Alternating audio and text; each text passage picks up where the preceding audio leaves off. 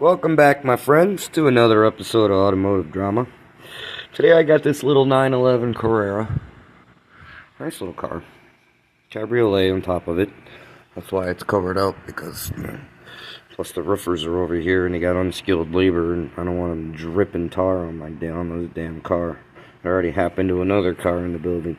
But besides that, a previous video a couple of weeks ago, I showed you how to put plugs in this thing.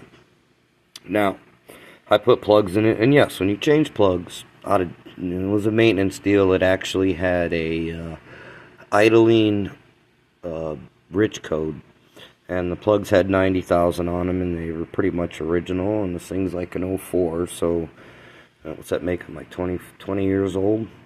Yeah, well, I put new plugs in it, and it ran beautiful. He was driving around, said it ran great. Zoom, zoom, zoom, never knew it ever ran so good that he can remember, or something like that. Well, all of a sudden, I don't know if you see what I'm showing you. Now, I looked these things over up and down when I had them apart. I looked for stress cracks in the insulation on the coil, and leaks, carbon leaks in the boot. I still don't see any carbon leaks in the boot. It was running great until we had the Florida monsoon here last week or something like that. They said he got stuck in the monster rain when it dumped like 2 inches of rain in like 20 minutes, and it started running crazy. Well, pretty much almost every cylinder but number 6 had a misfire code. Now, if it has a misfire code, it's generally a plug or a coil or an injector that ain't spraying, or he lost compression and hurt the engine. This is number 6, and it does. This is the only one that did not when it got wet. So I looked it over real good. It's soon. They're starting to become a stress factor. Now, none of these coils, there's a real big stress factor. Now, that's the coil winding. I don't see any carbon traces.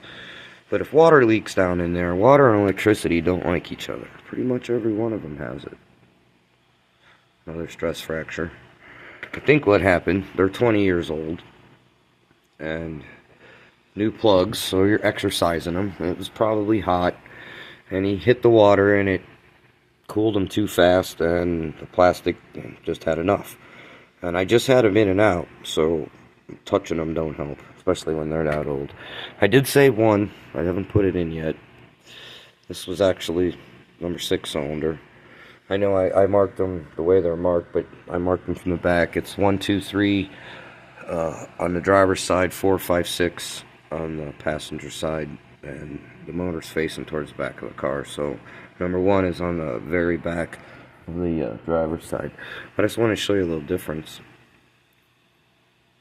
And with these cars, especially where these coils sit, they sit right off the ground. So they're going to get water on them all the time. That, I know what it looks like. Yes, I know. And sometimes you need it for your girlfriend, but no, it's not. That's actually dielectric grease.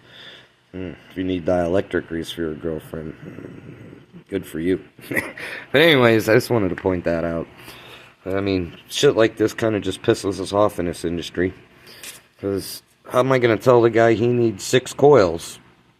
Just because I'm putting plugs in? Now, I could have recommended it. But it didn't have a misfire. So why would I even think to change them? Or even touch them? If it had a misfire, then alright. And normally, you always change, a plug and a coil together, because one of the plug usually goes bad and overwinds the coil winding, or overheats the coil winding, because the resistance in the plug goes up too much and the coil can't stand it and it burns up the coil. And make sure you definitely put dielectric in these, because that's how close they sit to the ground. But anyways, thanks again for tuning in. Like always, subscribes are nice, likes are better. Questions, comments, feel free. Ring the bell if you want to watch more episodes. Alright, my friends, have a good night.